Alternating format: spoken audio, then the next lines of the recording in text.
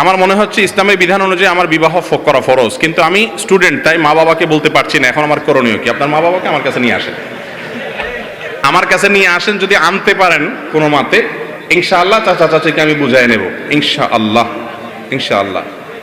আর আমার কাছে যদি নিতে পারেন কোনো ভালো আলেম, যিনি বিবাহের ফজিলত বুঝে গুরুত্ব বুঝাতে পারে, চাচা চাচিকে বুঝাবে, তার কাছে ধরে নিয়ে যান মুরব্বী। বুঝতে পারছেন ভাইরা আমার? এই কথা আমি সবসময় বলি, সব জায়গায় বলি। আমার কথা না, নবী করিম সাল্লাল্লাহু আলাইহি সাল্লামের কথা। বিবাহ যদি দেরিতে করা হয়, সমাজ অশান্তিতে ভরে যাবে। এরপরেও বাপ মারা বুঝতে চান না এগুলা। আমাদের যুবকরা জেনা করতে চায় না, হালাল সম্পর্ক রাখতে চায়, উপার্জন করে না। আমার কথা হলো, যে যুবকরা উপার্জন করে না, এই অজুহাতে তাদের বাবা মা বিয়ে দেয় না যে নিজের পায়ে দাঁড়াও, মানে অনেক পয়সা করে কামাও, চাকরি টাকরি করো, তারপরে বিয়ে করো। আমার কথা হলো, যুবক যদি বিবাহের উপযুক্ত হয়ে যায়, উপযুক্ত ভালো পাত্রী পাওয়া যায়, বিবাহের আগদটা করে দেন। মেয়ে মেয়ের বাড়ি থাকুক, ছেলে ছেলের বাড়ি থাকুক, একটা সম্পর্ক তৈরি হোক, হালাল সম্পর্ক। যেদিন উপার্জন করবে, চাকরি পাবে, ব্যবসা করবে, সেদিন সে মেয়েকে ঘরে তুলে এনে নিয়মতান্ত্রিক সংসার করবে। অন্তত সম্পর্কটা থাকুক। এমনিও সম্পর্ক করবে, হারাম সম্পর্ক করবে, তাহলে সেটা হালাল ভাবেই হোক, ঠিক না? ঠিক। এটা যদি বাবা মারা বুঝেন, তাহলে তো সমস্যার সমাধান হয়। আল্লাহ তাআলা আমাদের বাবা মা এবং চাচা চাচাদেরকে হেদায়েত দান করুন, বলুন আমিন। আমি একবার ঢাকায় কোন একটা প্রোগ্রামে ছিলাম, আমি অবাক হয়েছি। পল্টনে একটা হোটেলের উদ্বোধনী অনুষ্ঠানে এক বাপ ছেলে দুজন আসছে। আয়েশার সাথে বলল, আমাকে চিনে, ভিডিও দেখে, বক্তব্য শুনে, ভালো কথা। ছেলে, বাপে বলল আমার ছেলে।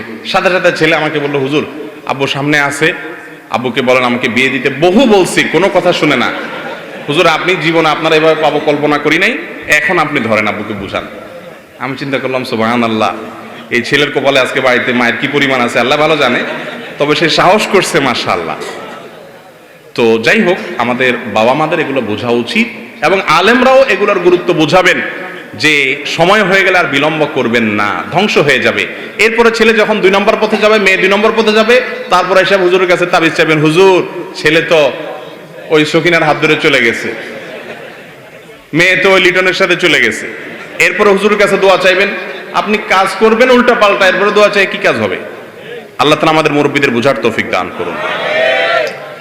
আমরা দিনের দায়ী হতে চাই, তো আমরা কিভাবে শুরু করব? দিনের দায়ী হওয়ার জন্য 1 নম্বর কাজ হলো, যেটুকু শুনেছেন ভালো করে সঠিকভাবে যাচাই বাছাই করে, প্রয়োজনে কয়েকজন আলেম থেকে শুনে, বই পুস্তক পড়ে, কোরআন হাদিস পড়ে যাচাই বাছাই করে যেটুকু জানছেন সেটুকু বলবেন, আন্দাদুন্দা বলবেন না। অনেক সাধারণ ভাইরা আছেন আজকাল, কোরআন হাদিসের কিছু কথা, কিছু হাদিস কোরআন জানার পরে এমন ভাবে ইসলাম প্রচার শুরু করে, বিরাট শেখ, বিরাট আলেম হয়ে যায়, হুজুরের উপরে বড় হুজুর সে।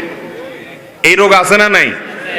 তাদের ফতোয়া শুনলে আল্লাহু আকবার, হুজুররা টাসকি খেয়ে বসে থাকে, এরকম ফতোয়া দিয়ে বসে থাকে।